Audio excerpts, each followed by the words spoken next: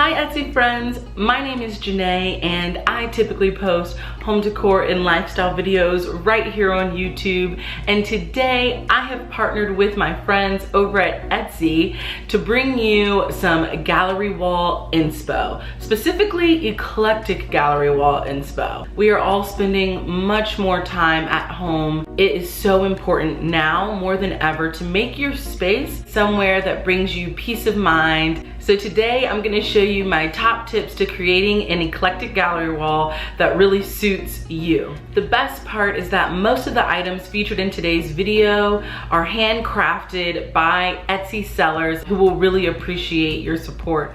Before we get started, I just wanted to show you my space and what we're going to be working with. I recently moved into this space, so we have quite a ways to go, but I was thinking of putting my gallery wall there, but then I remembered earthquakes and would rather not.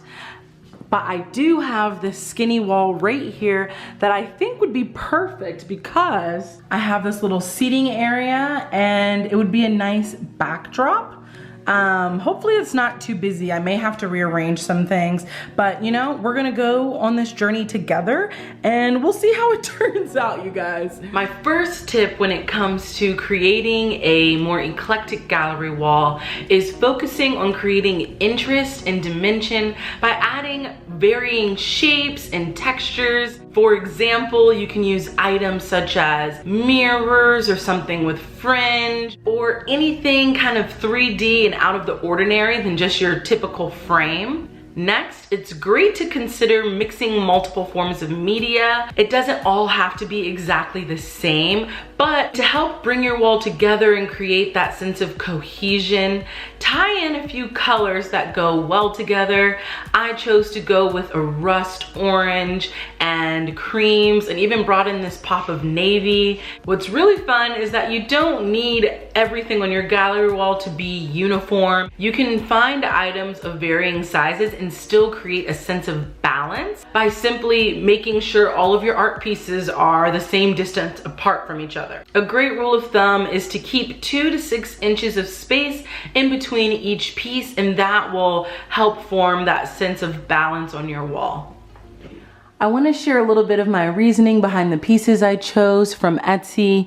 Some of them have some special meaning and others I just thought would balance out the wall really nicely. For example, this piece by Foreign Studios, I have been following this artist on Instagram for a long time, a little bit over a year now, and I love everything she creates and have always wanted a small piece of her artwork. This piece I've seen around online for a while and I love the sunburst and really wanted something that would bring in that rust orange, burnt orange color I was going for in my room. This terracotta piece was just so unique and I thought would be fun to have on a gallery wall, just to add some 3D art. The color is just gorgeous and I just love the texture. It's so cute. This mirror was an easy select just because it's such a unique shape, and to just go out of the ordinary rectangle or square frame, I thought it would be fun to go with a hexagon. And also putting a mirror on your gallery wall will help reflect more light and make it look a little bit more open. This piece was just absolutely gorgeous and so fun. I love the fringe. Again, to bring some more interest to this wall and different shapes and dimensions. And it's so cute and kind of gives that boho vibe that I try to sneak into my home decor sometimes. Lastly, I love this quilt hanging. Again, definitely was going for something different and unique when it comes to texture, something a little bit more rich and cozy, and that's exactly what this did.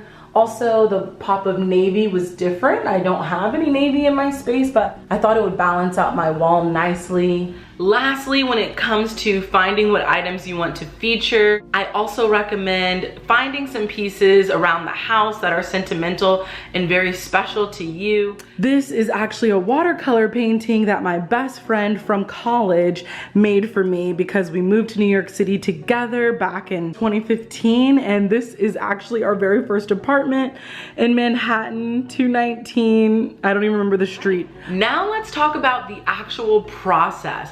What steps do you need to take to get your gallery wall up and it be something that you love? Go in with a plan. I have been the person who didn't go in with a plan, and I just thought, I'm gonna throw up a gallery wall. Next thing you knew, I was looking at it 2 days later, realizing I actually hated it and took everything down, and then had all these unnecessary holes in my wall that did nothing but remind me of my regret and shame from when I tried to throw up a gallery wall without a plan.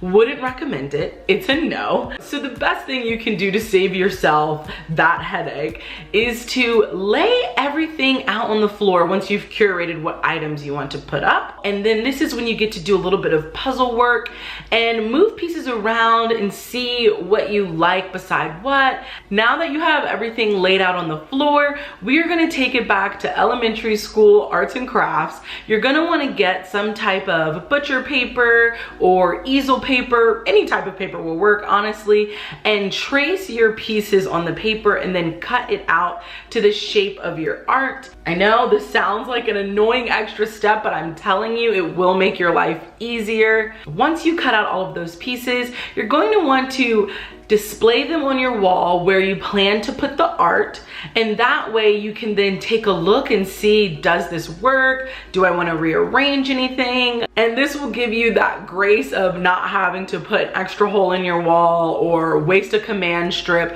when you actually don't like the layout. You can easily move these pieces around with some Scotch tape. Brief side note, if you are in a temporary space or you just don't want to have any damage done to your walls, I highly recommend using something like command strips or command hooks. Once you have your perfect gallery wall arrangement locked down, simply remove one piece of paper and replace it with your art piece, one piece at a time, and voila, your gallery wall is complete. It doesn't have to be this big scary project or something that's intimidating. You can mix your different styles and different things that bring you joy and have fun with it. Just remember, there's no need to get overwhelmed by a gallery wall. You can make this fun and really let your creativity flow. If you would also like to support small business owners who are creating items and sharing them on Etsy, be sure to check the link down below. All right, you guys, that is it. I hope you found this video helpful and were inspired to take that next step and create that gallery wall that you may have always wanted or that you may be open to doing now.